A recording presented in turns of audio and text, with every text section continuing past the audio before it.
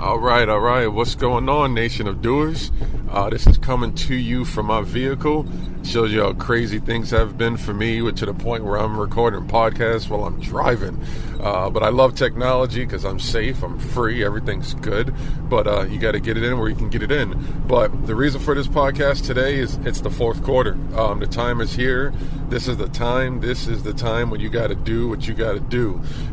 You got to really get it in. You got to really grind. You got to really focus on those plans that you guys have been focusing on.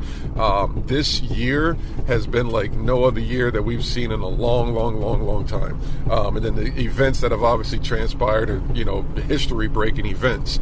So fourth quarter this year is going to be really strange. From what I'm seeing in regards to insight, I know my team put out something where it was talking about, I think it said 3 to 7% loss on the consumer side, and then business-to-business growth was going to kind of remain steady. So what that means is that you guys got to really focus on the fact that third quarter for obviously you have businesses where things weren't good, and some unfortunately are no longer open. But for the average of businesses, there was actually some growth, about 3 to 7% growth across the board for small businesses. So what that means is that you could have the opportunity of break even for pretty much the second half of the year, but there's a possibility that you can actually come out higher than breaking even. You're just going to have to really work those plans. So one of the main things that you want to be focusing on the business-to-business side is really working those connections. A lot of the B2B individuals, this is their time too. They know what's going on. They know November and December are very key months for products. The service side of business, you guys still, it's pretty much kind of like it remains steady. There's not too many drop. October, you typically have a drop just because you're coming out of the ending of the third quarter hysteria of just it being the third quarter, the quarter for small businesses. But October is usually kind of just typical for service businesses. Product business, it's all about November and December, and then for that it creates increased opportunities for services in October and in November and December as well. So the main thing that you want to be focusing on that B2B side is really pay attention. Work with, depending on the style of business that you have. If you're in a product business, you got to be working with your brokers, and this is the time when you're calling them, really sharpening that pencil. You're calling your manufacturers. You're really kind of seeing what's going on. You're looking at your distribution costs. You're really trying to figure things out. Plus, you're already getting prepared for tax season anyway. So this is a really good time to really kind of make sure that your pricing looks good. If you have the cash flow, this would be a really good time to actually go ahead and spend, because what's going to happen is shipping is going to be insane. I've personally have already seen the reports coming in where they're talking about shipping costs are going to be I think they said there's no think. I saw reports where 2-day has the potential of turning into 2 weeks. So what I mean by that is for customers that you typically ship products to their end users, where with 2-day arrival, you're now talking about 2 weeks. So supply chain is going to get hit hard in November and December, and you guys want to be prepared for that, and you want to see if you can already have things in place where, maybe so when I'm talking about B2B, this would be a good time to see if you could work some fulfillment relationships. This will be time to see if you can get your product to your customer regions now before you get to November and December. So again, October, even though it's going to be kind of streamlined for the service industry, the product industry in October should really be focusing on making sure their product is in very strategic locations in their regions of business. So that means looking at your customers, looking at your customer reports, seeing kind of where you have your customers buying, where they're buying from you the most, what cities they're coming from, and kind of looking at having distribution in place for those areas. So you may be one of those businesses where it's like, hey, they said 2-week average. our customers got it, say 5-6 business days. That's wonderful, and that shows that you were being proactive. So this fourth quarter is going to be unlike any that we've seen in a long time, especially with disruptions in supply chain. So be prepared for that. On the service side, this is your time to really just dive in deep with your customers. This is the time to really focus on things. This is the time to also self-audit. This is the time to get prepared for a Q1 because your fourth quarter plan should already, not even be dust off. Like that fourth quarter plan is ready for action. Final approvals have gone through and you're ready to rock and roll. So your whole focus is really getting ready for Q1 of 2021, and really kind of as a part of that, just the December, I don't want to call it networking, but just the December movement that happens just with business. So you guys are going to be getting a lot of phone calls from your customers. Your customers are going to be relying on you for various things. This is where this is your time to shine. So the fourth quarter is a very big quarter for everyone. It's a time to really dig down and focus. So one of the other things this year too is obviously we got an election year. So with it being an election year, you got a lot of stuff that's going to be coming out. Marketing is going to be different for a lot of businesses. Those small businesses, I really hope and pray that you don't take the marketing tactics that the industry are showing. Focus on education. By focusing on education, you're going to do so much more for your customers and so much more for your industries than by whatever marketing tactic is going to be seen to try to give some exposure to certain businesses because it's an election year. I mean, you're talking about billions being spent right now for elections. You can't compete with that. There's no reason to even try. It's just literally a waste of money. Take that money that you would have spent for that marketing budget and put it towards looking at some insight data and scrubbing your own customer accounts so that you can really see what you can do what's best for your customers, and then create an ROI for your customers, ROI and ROE for your customers, so that you can really get things pumping. That's what you should be focusing on. So the main things that I want to kind of go over now is really how do you do that? One of the easiest ways is run a self-audit on your own business. And by running a self-audit on your own business, it doesn't have to be elaborate. It doesn't have to be fancy. It just needs to be done. And especially in October for the service businesses. October is a great month for you to self-audit things, kind of look at your P&L, look over your operations, look at your customer profiles, scrub those customer accounts and see what's really going on. Take the time to do a deep dive, because you're going to reap the benefits of that deep dive in November and December when their business starts to take an uptick and you've already kind of seen where trends could be heading. So, and then don't deep dive just off of this year. You can't. This year's an anomaly. You can't. There's nothing to. This year has been nuts. Look at last year and look at 2 years ago. And then for businesses that have been around, really you want to go back about at least 5 years and take a look at your trends and then base those trends off of just even basic insight data. So one of the best places to go to get insight data is NPD.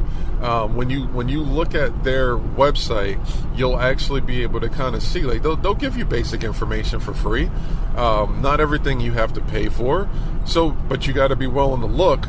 It's going to be raw, and what I mean by raw is the data is not going to be specific to your exact needs. So that means you're going to have to do a little bit of I don't even call it a deep dive, but like a mid dive into the data. But the most important thing is to do it in October, because November, December, you're really not going to have the time to do it, because it's just, especially once we hit the second week of November, it's nuts. It's nuts the rest of the year. So the service businesses, that's when they fall off of business because it's wintertime and just business for them isn't as much, that's when you deep dive. That's when you self-audit. That's when you get prepared, because that first quarter, and especially certain businesses like the construction industry as a whole, it's pretty much, some have really got their programs in place where they're going to be able to go into Q1 and have some steam going, but really it's going to be Q2 2021. So take Q4 and Q1 and focus, deep dive. You're going to pick up some business just off of deep diving because you're paying attention to your customers. It's crazy what happens when you pay attention to your customers and you deep dive and you're self-auditing, because then you're always being proactive. Why doesn't it get done? It's a very simple answer for that. Just complacency, procrastination. Like it literally, that is the only reason. A lot of this stuff in the business world, that when it comes to loss, is procrastination. Sometimes you can't sometimes you can't help it. Like what's going on with COVID. Like, I mean, just there, you can't prepare for something like that. You can't prepare for the entire economy to shut down.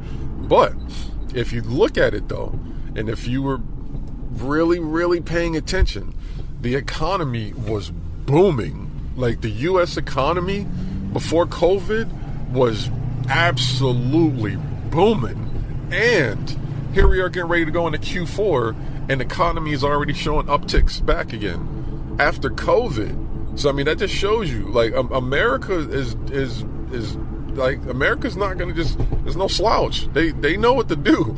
So you got to understand that, and you got to be willing to figure things out, and you can't have complacency, and you can't procrastinate for sure. Because if you do, you're not going to win. You got to get out there and you got to get after it.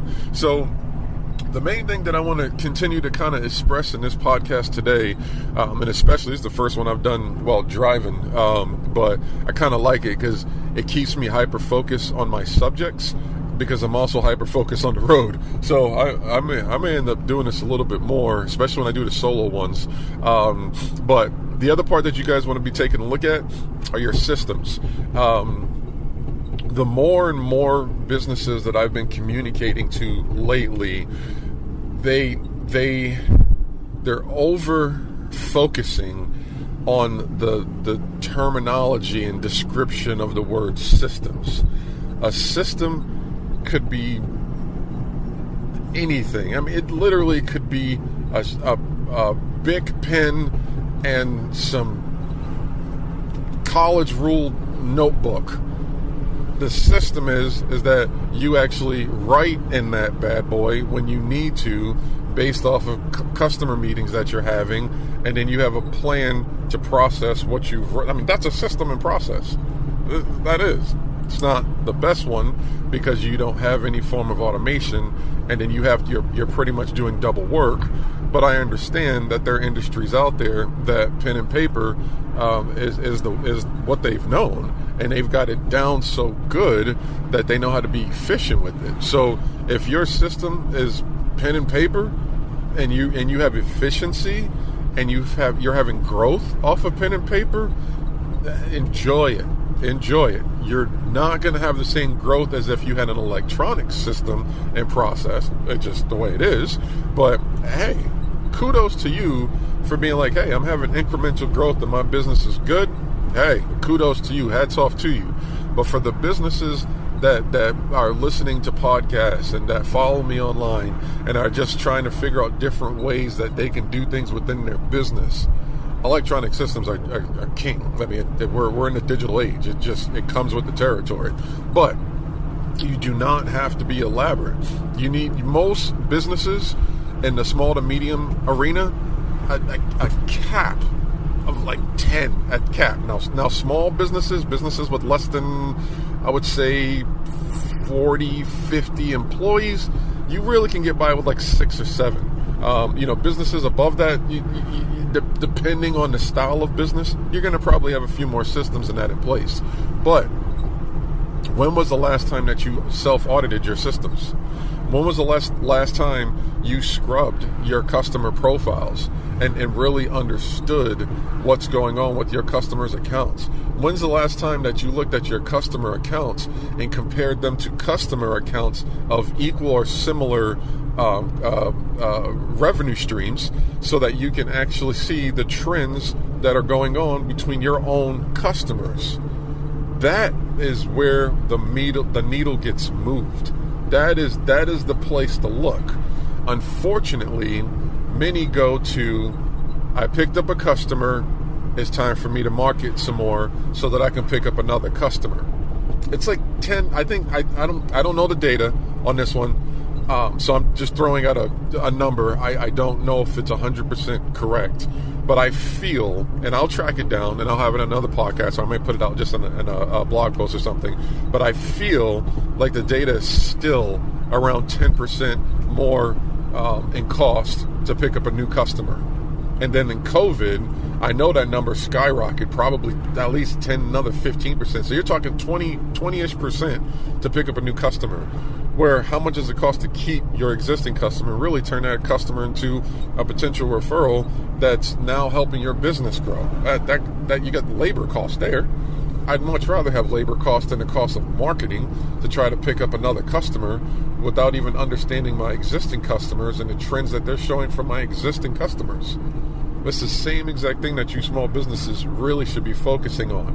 And I know it can be hard because you see a lot of businesses online that, their marketing is like, man, like that marketing looks really, really good. Well, yeah, it does. That's what they're banking off of.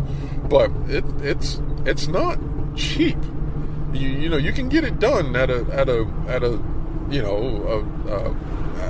decent valuation, but it's still not cheap. And then you got to remember, any time that you have like a contractor that's being paid to market, you got to think that contractor also needs to make a ROI off of you, because if not, they can't be a business. So you got to think and be careful, because are they putting their profit up in front of yours? And that's something that you have to take into consideration. And I mean, there's nothing wrong with what they're doing, but you as the business owner that are trying to turn your P&L over and make your business grow, you got to think about that. You got to really, really think about that. Because a lot of times, from what I'm seeing out there, is it's more about what's best for their portfolio and what's going to put them in an opportunity to pick up another customer from marketing, where you already have a book of business. Your book of business could be 40 customers. Your book of business could be 1,500 customers. Self-auditing, that's a long, long way to get back to self-auditing, but it's the truth. When you self-audit your own books, self-audit your own systems, self-audit your own processes, you will see it. We put up when I say we, I had my team, we put up a post, I want to say, I think it was last month, probably within the last 2 or 3 weeks. We put up a post talking about businesses. So I think the number is like 90% of small business. I'm sorry, I think it's 80%. 80% of small businesses do not self-audit themselves. Those that do, I think the number was like 4 to 7% increase in revenue off of self-auditing. So right there's a lot of times you spend that money on marketing and you're hopeful to pick up X percent from your marketing tactics. How about you take your systems, your processes, your customer relations, and self-audit them and see exactly what's going on. You're going to be surprised to be like, oh wow, from the self-audit, we've actually created some new revenue opportunities. And that's it. And especially in the fourth quarter, where there's going to be when there's going to be a loss in consumer spends, consumer revenue, this is the time to self-audit. Dude, this is not a time to procrastinate. This is the time to roll your sleeves up, especially the service businesses, especially service, and I'm including the construction industry, because it's service. This is the time of the year, especially October. The very beginning of the fourth quarter is the time to self-audit. So if there's one thing that you get from this podcast today, self-audit, self-audit, self-audit. You will not, and I'm telling you, the numbers are there for a reason. Now, sometimes it's hard to, data numbers are data numbers. Goodness, I saw a book from a well-known CEO, and that book was pretty much talking about like how to I think it was like how to fudge numbers or something, like something really bad. So some of the insight data isn't accurate. It's true. It's just not accurate. However, you are able to really, really, really have at least an understanding. So let's say the numbers are 80. So, and let's just say the numbers are fudged, but let's just say 50%. So let's say the numbers are fudged 30% to the point where the real number is 50%. Imagine a 50%. 50% of that 80% number, meaning that if 50% of the businesses that self-audit, and then let's do another 50% on the actual earnings, which was 4 to 7%. So even if it's 3.5%, that is phenomenal. Do you know how much you can do with an extra 2 to 3.5% because you were smart enough to self-audit yourself? Just think about it. The numbers speak for themselves. So I get that data numbers could not be 100% accurate. It's inside people. They got to find some way to, make a buck too, and they got to find some way to continue to push the economy forward. I get it. It makes sense. But don't get all caught up in, how accurate are these numbers? Take it, do 50%. That's better than nothing. So look at the numbers, act like they're false, say like, okay, I'm going to just minus 50% out of that number. But whatever that number is, it's still higher growth than if you didn't do it. That's what the majority of the story is about, is you got to stop procrastinating and do the work. So with that said, I'm almost to my destination. I love you guys out there. I wanted to go real deep into first quarter, especially like Q1. It's here. I'm sorry. October 1, it's here. It's the fourth quarter. It is time to get it in. So I'll see you guys on the next one. I want to thank Microsoft. I really appreciate you guys. I'm loving the Surface books. The Surface Book 2 is phenomenal.